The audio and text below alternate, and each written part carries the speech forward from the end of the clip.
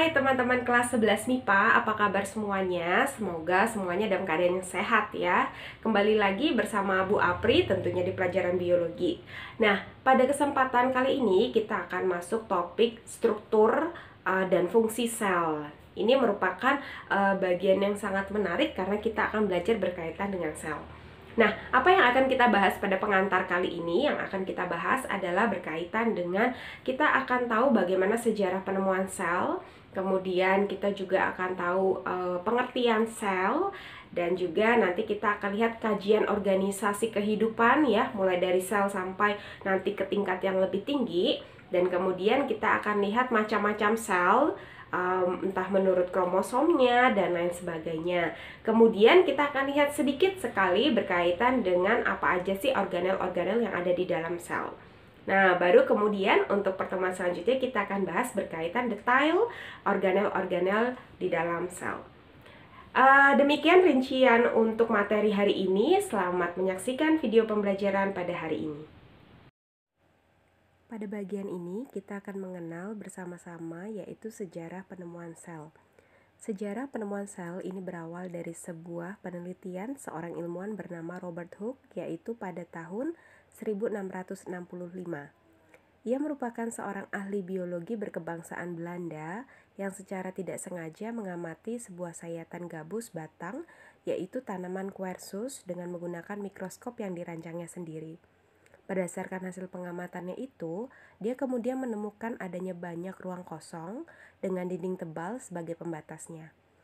Ruang-ruang kosong yang ditemukan oleh Hooke ini kemudian ia beri nama dengan selula atau yang berarti dengan sel. Nah, sel-sel yang ditemukan Robert Hooke ini sebenarnya adalah sel gabus yang sudah mati. Meskipun begitu, hasil kerja dari Robert Hooke ini kemudian akan membuka sejarah penemuan sel pada penemuan berikutnya.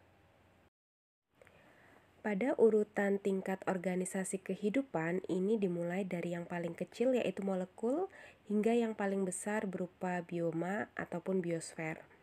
Nah, yang akan kita bahas adalah apa itu sel. Kalau kita lihat, sel ini merupakan urutan kedua paling kecil yang merupakan bagian terkecil dari tubuh makhluk hidup yang membentuk struktur dan fungsi tertentu, di mana sel ini juga nanti menjadi tempat terselenggaranya suatu fungsi kehidupan. Karena sel merupakan bagian penyusun dari makhluk hidup, maka di dalam sel ini juga terdapat senyawa kimia penyusunnya yang dikenal dengan istilah protoplasma. Nah, apa saja isi dari protoplasma? Di antaranya karbohidrat, protein, air, lemak, dan asam nukleat, atau biasa Bu Apri simpulkan dengan kata kapalan. Berdasarkan organisasi tingkat seluler, organisme hidup dapat dikelompokkan menjadi dua kategori berdasarkan ada tidaknya membran inti sel. Yang pertama adalah sel eukariotik, yaitu organisme yang memiliki membran inti sel. Contohnya adalah sel tumbuhan, sel hewan, jamur atau fungi, dan juga protista. Sedangkan yang kedua adalah prokariotik, yang merupakan sel tidak memiliki membran inti. Nah, materi genetiknya berupa molekul DNA ini terbentuk sirkuler atau cincin dan terletak bebas di dalam sitoplasma atau cairan selnya. Organisme prokariotik ini adalah bakteri. Nah, selanjutnya kita akan kenal macam-macam sel berdasarkan keadaan kromosom dan juga fungsinya. Yang pertama yaitu sel germinal, merupakan sel kelamin yang berfungsi untuk reproduksi. Contohnya ada di testis dan juga ovarium dalam menghasilkan sperma dan ovum. Sifatnya haploid, jika pada manusia yaitu 23 kromosom. Sedangkan yang kedua sel somatis, yaitu sel yang menyusun tubuh dari suatu individu.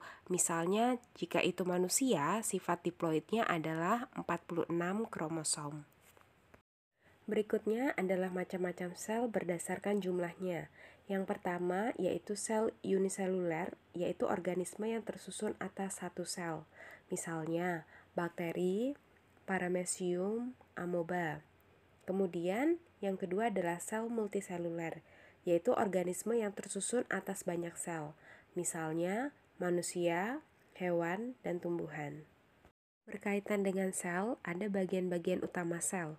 Yang pertama, adanya membran plasma atau membran sel adalah bagian terluar sel yang berfungsi sebagai pelindung.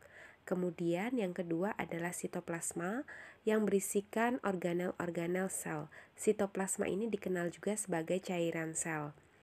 Kemudian yaitu nukleus atau yang dikenal dengan inti sel, terdiri dari materi genetik yang mengatur aktivitas sel. Terima kasih teman-teman sudah menyaksikan video pembelajaran kita pada hari ini. Minggu depan kita akan melanjutkan bahasan berkaitan dengan perbedaan sel hewan dan juga sel tumbuhan, lalu kemudian struktur dan fungsi setiap organel sel. Sampai jumpa minggu depan, tetap sehat, tetap semangat, Tuhan memberkati.